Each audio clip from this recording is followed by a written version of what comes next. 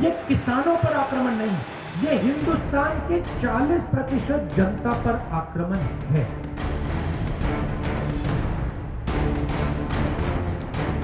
अगर ये 3 कानून लागू हो गए, किसान तो गया।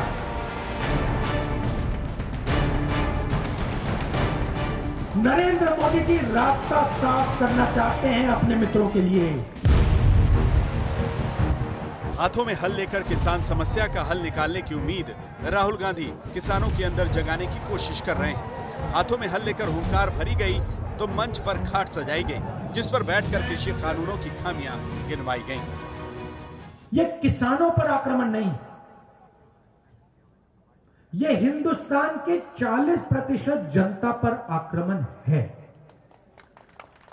बात सिर्फ यह है कि किसान सबसे जागरूक है, किसान को बात पहले समझ आ गई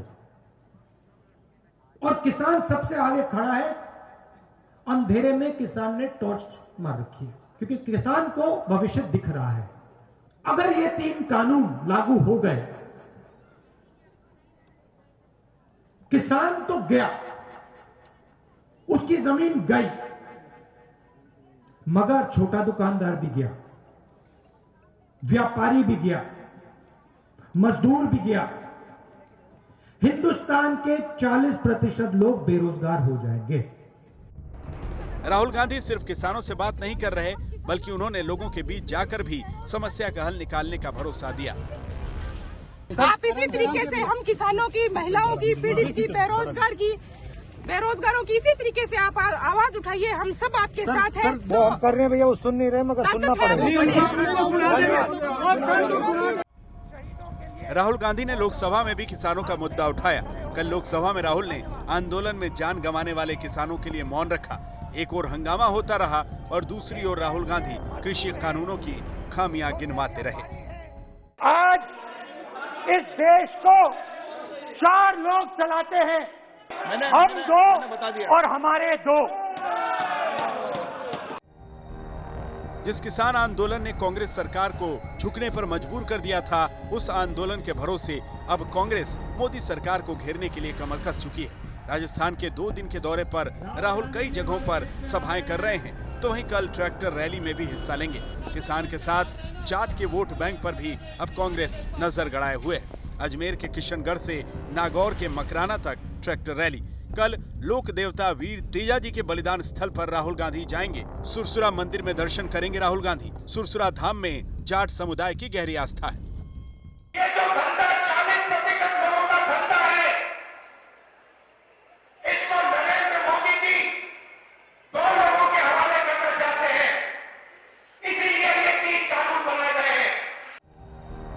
हरियाणा और यूपी में किसान आंदोलन की अगुवाई जाट समुदाय के लोग कर रहे हैं। जाट समुदाय कांग्रेस का वोट बैंक रहा है, लेकिन इस वोट बैंक में बीजेपी ने अच्छी खासी सेंध लगाई है। राजस्थान के अलावा हरियाणा और पश्चिमी यूपी के जाट भी किसान आंदोलन में हिस्सा ले रहे हैं। गाजीपुर में जिस तरह टिकैत ने आंदोलन का रुख बदला, प्रियंका गांधी ने मोर्चा संभाला। माथे पर टीका और गले में भगवा कपड़ा डालकर प्रियंका सहारनपुर पहुंची थी और महापंचायत में हिस्सा लिया। किसान उनका इंतजार कर रहे हैं कि जिनको हमने वोट दिया, जिनको हमने सत्ता दी, जिनको हमने प्रधानमंत्री बनाया, वो हमारी बात सुनेंगे, वो हमारे पास आएंगे। लेकिन वो नहीं आए, उल्टा संसद में खड़े होकर उन्होंने मजाक उड़ाया। जाग जाइए, जिससे आप उम्मीद रख रहे हैं वो आपके लिए कुछ नहीं करेंगे। आपने इनका राज देख लिया, सब कुछ देख लिया, अब समझदार बन जाइए। कांग्रेस पश्चिमी यूपी में जय जवान जय किसान के नारे के साथ सड़कों पर उतरी है, जिसकी शुरुआत प्रियंका ने सहारनपुर दौरे से की। मेरठ और बिजनौर जिले में 15 फरवरी को किसान महापंचायत आयोजित की जाएगी, जिसमें प्रियंका गांधी बतौर मुख्य अतिथि संबोधित करेंगी, जिसे लेकर अब बीजेपी कांग्रेस को घेरने की कोशिश कर रही है। एक तरफ राम का विरोध, एक तरफ भगवान का विरोध और दूसरी तरफ विभिन्न प्रकार के अपने प्रयोग, राजनीतिक प्रयोग।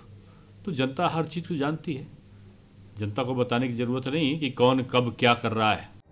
बहरहाल एक और किसान सड़कों पर डटे हैं तो वहीं अब आंदोलन में सियासत पूरी तरह घुस चुकी है। एक के बाद एक विपक्ष के नेता आंदोलन में शामिल होने की कोशिश कर रहे हैं। वहीं कांग्रेस भी अब खुलकर किसान आंदोलन के नाम पर सियासी मैदान में है, जहां घाट पंचायत के जरिए जाट वोट बैंक साधने की कोशिश की जा रही है। जयपुर से शरद कुमार और देव अंकुर के साथ आज तक ब्यूरो।